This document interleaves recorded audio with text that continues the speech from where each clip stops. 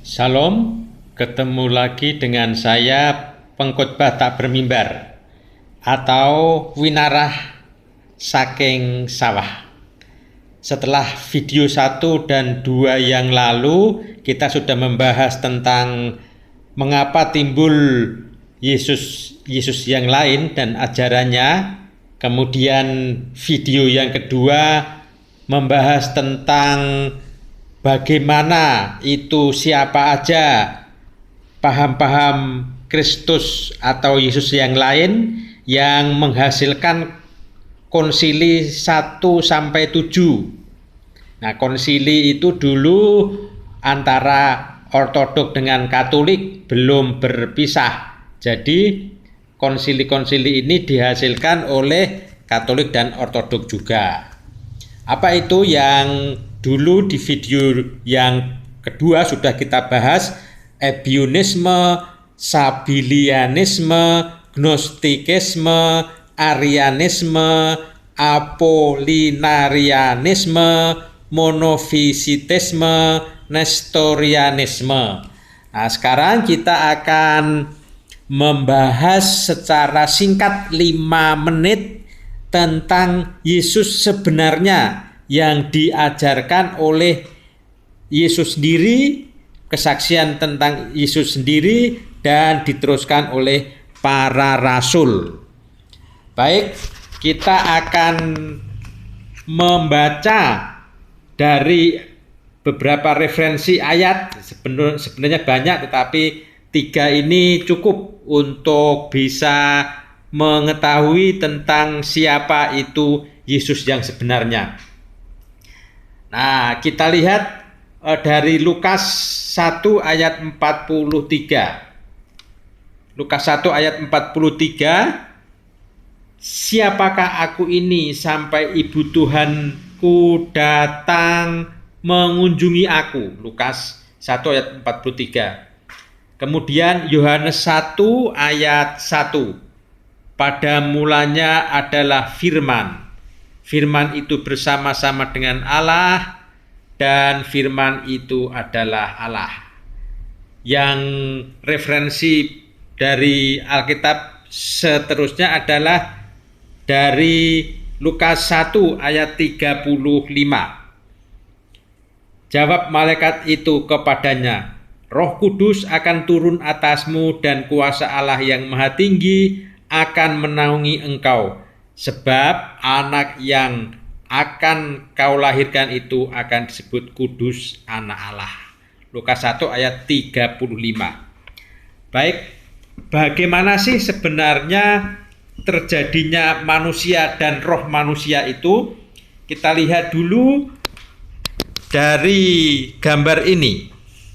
Jadi ketika daging sang ibu yang disebut ovum dengan daging sang ayah yang disebut sperma ini menyatu, maka disitulah kemudian timbul janin dan roh manusia terbentuk di situ. Roh manusia dengan daging juga ada bentuk tritunggalnya, yaitu tubuh, jiwa, dan pikiran adalah tritunggal dari manusia itu sendiri, yaitu tubuh, pikiran, dan jiwa. Maka terbentuklah yang namanya manusia. Inilah kejadian sesungguhnya dari kita semua. Sekarang kita akan melihat bagaimana sih inkarnasi tentang Yesus itu sebenarnya menurut Yesus sendiri dan diteruskan oleh para rasul. Nah, jadi dari ayat-ayat yang sudah kita sebutkan tadi, bahwa daging Maria, daging Bunda Maria, kemudian firman Allah dan Roh Kudus menyatu dari dalam atau menjadi bayi yang disebut dengan Yesus atau janin Yesus. Jadi janin Yesus adalah roh manusia 100% dengan firman Allah atau roh Allah 100% ini menyatu, akan tetapi tidak bercampur dan tidak terpisah. Artinya dua kodrat, yaitu kodrat manusia yang berasal dari daging Maria dengan kodrat firman Allah yang berasal dari Allah menyatu membentuk satu pribadi yang kita sebut dengan roh manusia dan firman Allah. Dua kodrat menjadi satu pribadi. Itulah yang di Yesus Kristus yang sesungguhnya. Artinya 100% Allah atau manusia sejati dan Allah sejati. Seorang bapak gereja dari Alexandria mengilustrasikan atau mengumpamakan Yesus itu seperti seorang tukang sabit yang membakar besi dengan api yang panas membara.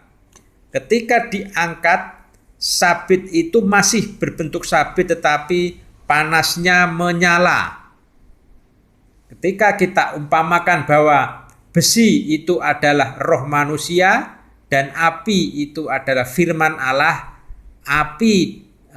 firman Allah atau api dengan besi itu menyatu, melebur menjadi satu pribadi. Itulah Yesus Kristus yang diajarkan oleh para rasul dan Yesus Kristus yang sesuai dengan kitab suci. Demikian sekilas pengetahuan yang sebenarnya sangat sederhana yang diajarkan oleh para rasul Yesus 100% manusia, 100% Allah atau manusia sejati, Allah sejati. Demikian penjelasan sekilas mengenai siapa itu Yesus menurut para rasul dan menurut kitab suci. Salam, sampai ketemu di pembahasan berikutnya.